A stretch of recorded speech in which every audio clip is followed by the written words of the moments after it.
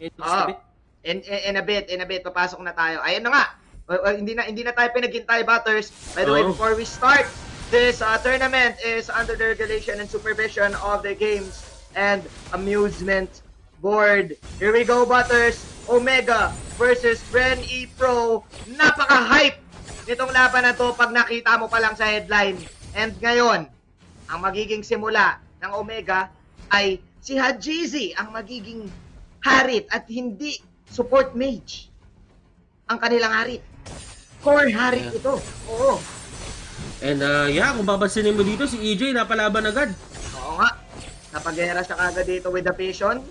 And EJ as the Khalid will survive the pokes coming out from Omega. So, Harith ni Haji na support. Carry. Support, kasi ang Ay, carry si nila Kurt! mismo dito si Kurt. Si Kurt ang carry nila. So, support dito si Haji.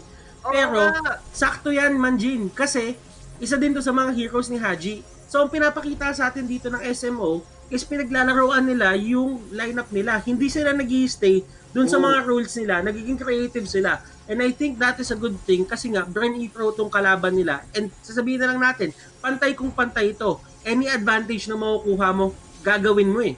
Yeah, gusto ko yung binanggit mo dito. I think nagulat tayo dito.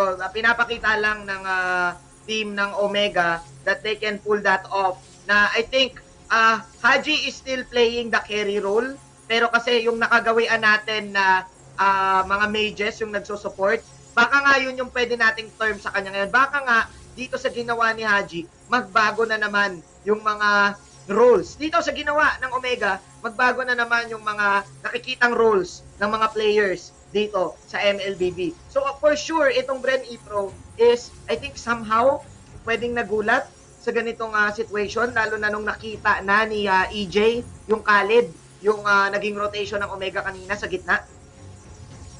Ay, alam mo, talagang well, ako iniisip ko na-expect na yon ng SMO nung nakita nila si EJ na medyo may plano siyang pumasok, pinunish na nila agad. And hindi man nila nakuha yon, it's going to be EJ going back dun sa base nila. So let's see dahil syempre, this is a classic one carry setup for the side of Bren E Pro.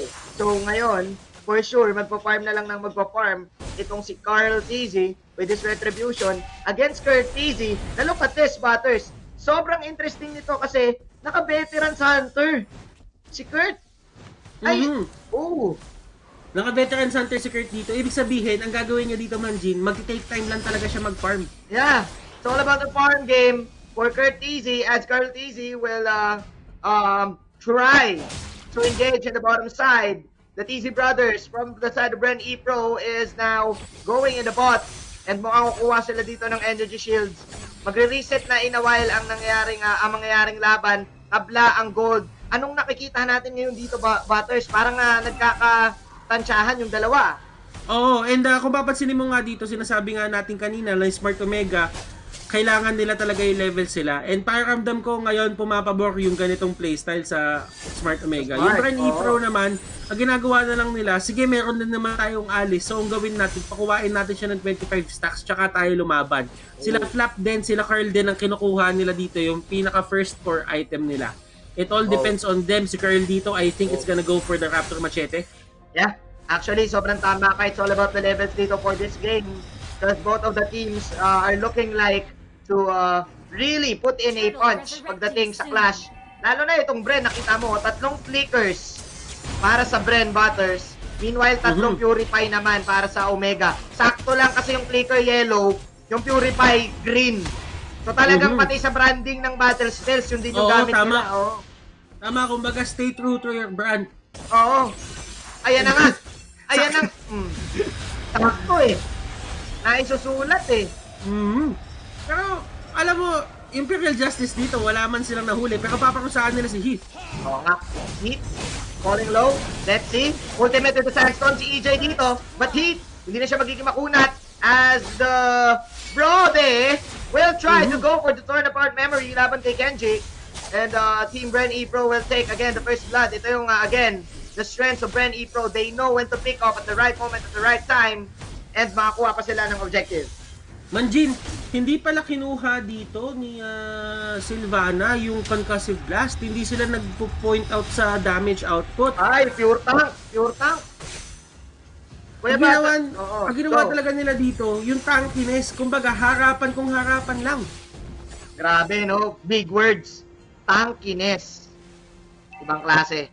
Wala atang word na ganun. Oo nga. Meron ata. Depende. Sa tag list. Tayo pwede. gumawa. Tayo gumawa nun. By the way, since na-point out mo na tanky itong Sylvana ni Heat, sabi naman ni Flap Easy, papalambutin natin yan. Meron kasi siya agad, Butters. First item, anti-regen blade. Papuntang Evan Salberg. Deadly blade, Kuya Butters. Bakit nga ba pina-first item to? Pwede ba to? Magandang substitute ba to? Oo, kasi nga dati, di ba na ako napapansin mo, ang kinukuha dati ng mga side lane, nung hindi pa nababago yung Raptor Machete. Kasi ngayon, para makabili ka ng Raptor Machete, ang kailangan mo retribution. Oo. Yung mga side lane naman kasi, hindi magiging favorable sa kanila kung kukuha sila ng retry. So, naghanap yung mga team. Sabi nila, ano nga ba mapapalit natin? Kunin mo yung Deadly Blade kasi laban na naman ng sustain ngayon. At least yun, mababawasan yung sustain ng kalaban mo. And I like it since nakakapapitas dito ang Bren E-Pro. He can ready to transform it. Combo up with a Feather Layer Strike. Apat ginawa ng buhay sa side ng Bren E-Pro as Heat is running low. Nakikita pa siya ni EJ. Meron pang sandbox si EJ dito. Aabot kaya? Rebo? Pops that ultimate at mukhang magbaback na sila 3-0 para sa Bren E-Pro. Natuwa ako dun sa play-by-play mo dun, may accent ka, pre. Oo naman, friend. Malupit. kasi nga si Brode. Oh, Kasi nga si Brode. Ang multi, sakit ha? ni Brode. Alam mo, sakit talaga ni Brode, pare. And I think Kurt Z, alam niya na hindi niya makukuha yung kill doon. Ang pinaka-plano niya lang talaga is pauwiin para hindi makapag-defend. Oo. Alam niya eh. Carl Easy, ang maganda dito, I think, Carl Easy, unti-unti na rin natin siya nakikita sa mga heroes na mga marksman type, mga Claude. Gone are the days na madalas natin nakikita mag-assassin si Carl Easy dahil yung Zaman Force sa lapag na dito ni Hajizi. Makakapag chrono dash out siya pero bakunat pa rin talaga ang isang lapu-lapu. Carl Easy with a blink out. Heat. At susubok siya ditong dumepensa but still, yung lapu-lapu at yung Khalid. Ang sakit naman pala nito, Kuya Butters. Khalid at lapu-lapu, magkaibang lahi pinagsama. Oo, Manjin, alam mo, etong Smart Omega sa totoo lang kailangan mo ma-realize dito is kung papaano dadalhin to ng Smart Omega into the late game. So, ibig sabihin, it's all about time for Smart Omega dito. Bren E-Pro, ginagawa nila yung trabaho nila ng tama, talagang pinipressure nila ng maaga etong side ng Smart Omega kasi dun sa first 2 picks pa lang, alam na nila na may advantage sila in the coming fights ng early game. So, Smart Omega, I think they're doing a great job. Dinadala nila yung game na to, pinapatagal nila unti-unti. Although, na-take na yung turrets, kailangan nila mas maging extra maingat at this point on. Extra maingat para dito sa side ng Smart Omega. Tama ka, Butters, it's all about the late game. Para dito sa Smart Omega. Ayun na nga, ultimate dito para kay Curtizy. Pero ang kunat ni EJ, the Desert Tornado is not gonna make it. So dalawa pa rin na nakuha dito ng Omega. Kumbaga sabi ng Omega dito, teka lang Kuya Manjin, Kuya Butters, invest muna tayo, tapos hintay tayo ng 3 taon bago natin mabawi ang puhunan. Late game, talaga ang gusto nila. Naku, nakita ni Carl dito si Haji, kamuntikan si Haji doon. Oo, tama. Buti na lang hindi pumihit ng isang skill doon, hindi nilagyan ng Abyss Mark. Oo. Pero alam mo, Manjin, yeah, I do agree. It's all about taking it to the late game for Smart Omega kasi ito lang magiging unstoppable dito yung Esmeralda, magiging unstoppable dito si Harith. Oo nga kasi again, even though you have a Deadly Blade, even though meron ka ditong yung Halberg, yung burst damage nito ni Ajizi at saka ni Toshi, kayang-kaya patumbahin kagad si Pew at si Carl. And si Carl, even though may movement speed ang isang Brode, hindi niya agad may iwasan. Oo, kaya niya bulin.